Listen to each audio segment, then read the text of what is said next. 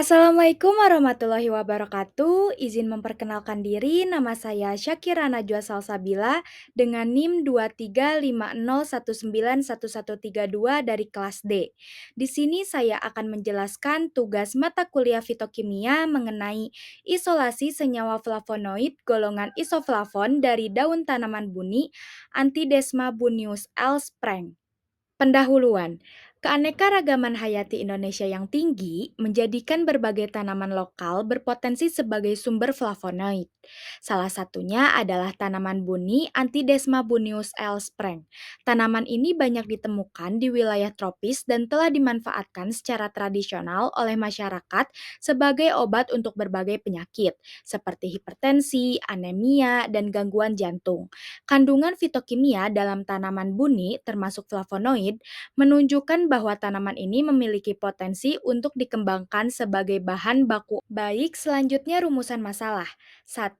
Bagaimana proses isolasi senyawa flavonoid dari daun tanaman buni Antidesma bunius L. Spreng? 2. Bagaimana aktivitas farmakologi senyawa flavonoid dari daun tanaman buni Antidesma bunius L. Spreng? 3. Bagaimana metode isolasi senyawa flavonoid dari daun tanaman buni Antidesma bunius L. Spreng. Terakhir yaitu 4, bagaimana proses identifikasi dan analisis senyawa flavonoid dari daun tanaman buni Antidesma bunius L. Spreng yang telah diisolasi. Baik, selanjutnya nama umum tanaman buni. Tanaman ini dikenal dengan nama wuni di Jawa dan Sunda, burneh di Madura, bunetedong di Sulawesi, dan di Melayu dikenal dengan nama buni menurut Haryana tahun 2013. Di luar negeri dikenal dengan Bignai di Filipina, Mamao Luang di Thailand, Choi Moi di Vietnam, Kiwe Pisin di Birma, Antidesma di Perancis, dan di Inggris dikenal dengan nama Chinese laurel. Selanjutnya, klasifikasi tanaman buni. Menurut United States Department of Agriculture atau USDA, tanaman buni diklasifikasikan sebagai berikut. Kerajaan Plantae, subkerajaan Tracheobionta, superdivisi Spermatophyta, divisi Magnoliophyta, kelas Magnoliopsido, subkelas Rosidae, bangsa Euphorbiales, suku Euphorbiaceae, marga Antidesma L, jenis Antidesma bunius L. Spreng. Baik, selanjutnya manfaat daun tanaman buni. 1. Meningkatkan sistem kekebalan tubuh. Daun buni mengandung senyawa bioaktif seperti flavonoid dan vitamin yang berperan dalam meningkatkan sistem kekebalan tubuh. Senyawa tersebut membantu tubuh dalam melawan infeksi, mempercepat proses pemulihan, serta meningkatkan aktivitas sel imun. 2. Mengatasi masalah peradangan. Daun buni memiliki sifat antiinflamasi yang dapat membantu meredakan peradangan dalam tubuh. Senyawa flavonoid yang terkandung di dalamnya berperan dalam menghambat mediator inflamasi sehingga dapat mengurangi pembengkakan dan nyeri. Terakhir, ketiga, menurunkan tekanan darah. Daun buni memiliki potensi dalam membantu menurunkan tekanan darah. Hal ini disebabkan oleh kandungan flavonoid yang dapat membantu melebarkan pembuluh darah dan meningkatkan sirkulasi darah. Dengan demikian, daun buni berpotensi digunakan sebagai alternatif alami dalam membantu mengontrol hipertensi. Baik, selanjutnya aktivitas farmakologi flavonoid. 1. Aktivitas antioksidan. Flavonoid berperan sebagai antioksidan yang melindungi tubuh dari radikal bebas, yaitu molekul tidak stabil penyebab kerusakan sel, penuaan dini, dan penyakit degeneratif. Mekanismenya dengan mendonorkan elektron atau atom hidrogen untuk menstabilkan radikal bebas dan mencegah reaksi oksidasi berantai. Flavonoid dalam daun buni membantu mengurangi risiko penyakit akibat radikal bebas. 2. Aktivitas antiinflamasi. Flavonoid memiliki aktivitas antiinflamasi dengan cara menghambat proses peradangan, yaitu menekan produksi mediator inflamasi seperti prostaglandin dan sitokin serta menghambat enzim yang terlibat. Hal ini membantu mengurangi risiko inflamasi dan mendukung penggunaannya dalam pengobatan tradisional. Baik, terakhir yaitu ketiga, aktivitas anti kanker. Flavonoid memiliki potensi sebagai agen anti kanker karena mampu menghambat pertumbuhan dan perkembangan sel kanker. Senyawa ini bekerja melalui mekanisme seperti induksi apoptosis, penghambatan proliferasi sel, dan perlindungan DNA dari kerusakan oksidatif.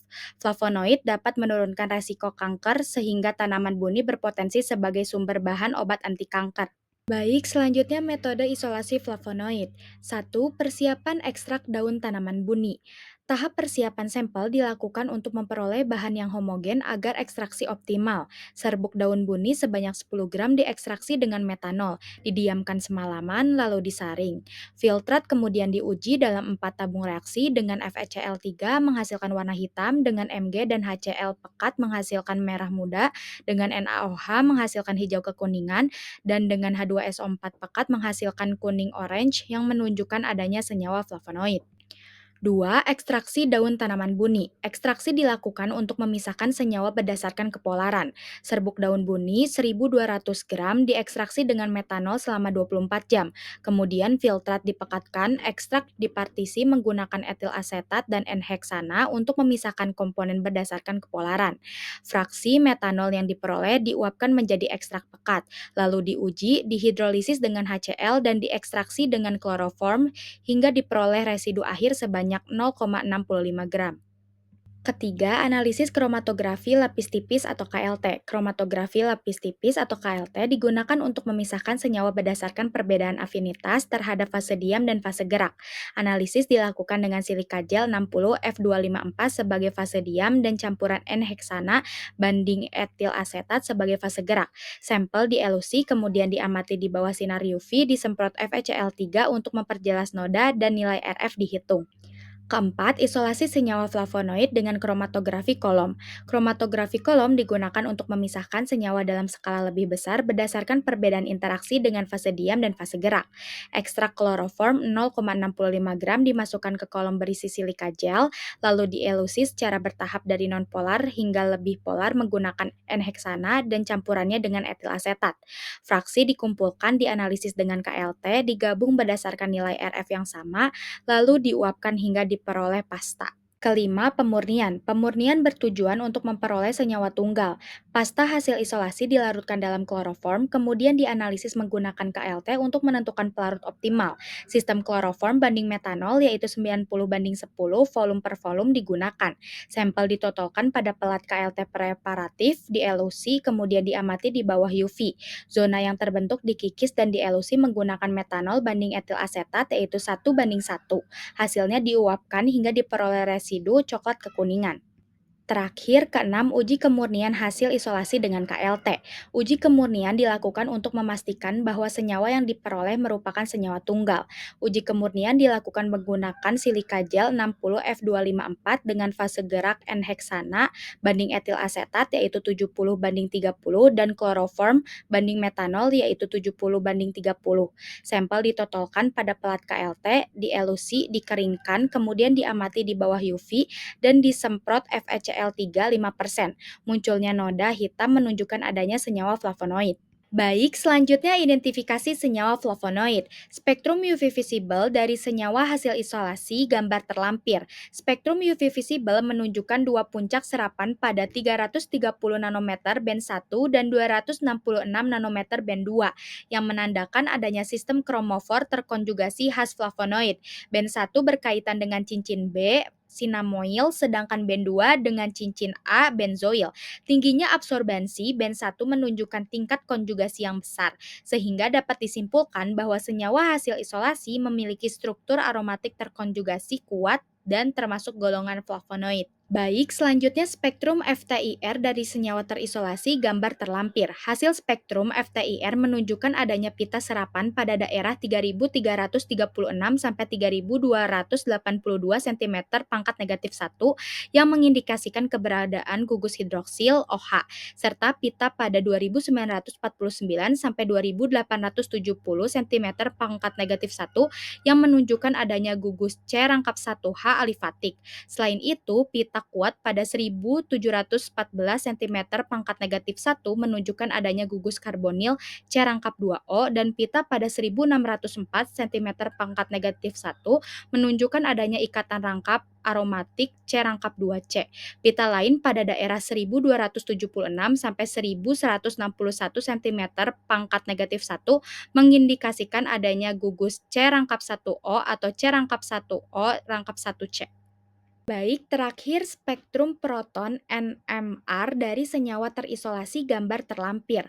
Hasil spektrum proton NMR menunjukkan adanya sinyal pada delta 3,7190 ppm yang merupakan karakteristik gugus metoksi OCH3. Selain itu, terdapat sinyal pada daerah delta 6,3404 sampai 6,3729 ppm yang menunjukkan adanya proton aromatik. Pola sinyal ini menunjukkan bahwa senyawa memiliki struktur cincin aromatik yang khas. Baik, selanjutnya analisis senyawa flavonoid daun tanaman buni. Berdasarkan hasil identifikasi menggunakan UV visible, FTIR, dan proton NMR, senyawa hasil isolasi menunjukkan karakteristik yang sesuai dengan golongan flavonoid. Spektrum UV visible menampilkan dua pita serapan khas yang menandakan adanya sistem kromofor terkonjugasi. Data FTIR mengonfirmasi keberadaan gugus fungsi penting seperti hidroksil, karbonil, dan cincin aromatik. Sementara itu, analisis proton NMR menunjukkan adanya gugus metoksi OCH3 serta proton aromatik pada cincin A dan B yang menandakan adanya substitusi pada struktur dasar senyawa. Berdasarkan keseluruhan data tersebut, senyawa hasil isolasi dapat diklasifikasikan sebagai flavonoid jenis isoflavon yang memiliki sistem aromatik terkonjugasi dengan substituen tertentu sehingga memperkuat identitas dan karakteristiknya. Baik, terakhir kesimpulan. Daun tanaman buni Antidesma bunius L. Spreng mengandung flavonoid yang memiliki berbagai aktivitas biologis seperti antioksidan, antiinflamasi, dan anti kanker sehingga berpotensi sebagai bahan obat alami. Isolasi flavonoid dilakukan melalui ekstraksi metanol, partisi berdasarkan kepolaran, serta pemisahan dan pemurnian menggunakan KLT dan kromatografi kolom. Hasil identifikasi dengan UV visible, FTIR, dan proton NMR menunjukkan adanya gugus khas flavonoid dan senyawa yang diperoleh termasuk golongan isoflavon. Baik, terima kasih. Sekian yang bisa saya sampaikan dan jelaskan. Bila ada kesalahan mohon dimaafkan. Wassalamualaikum warahmatullahi wabarakatuh.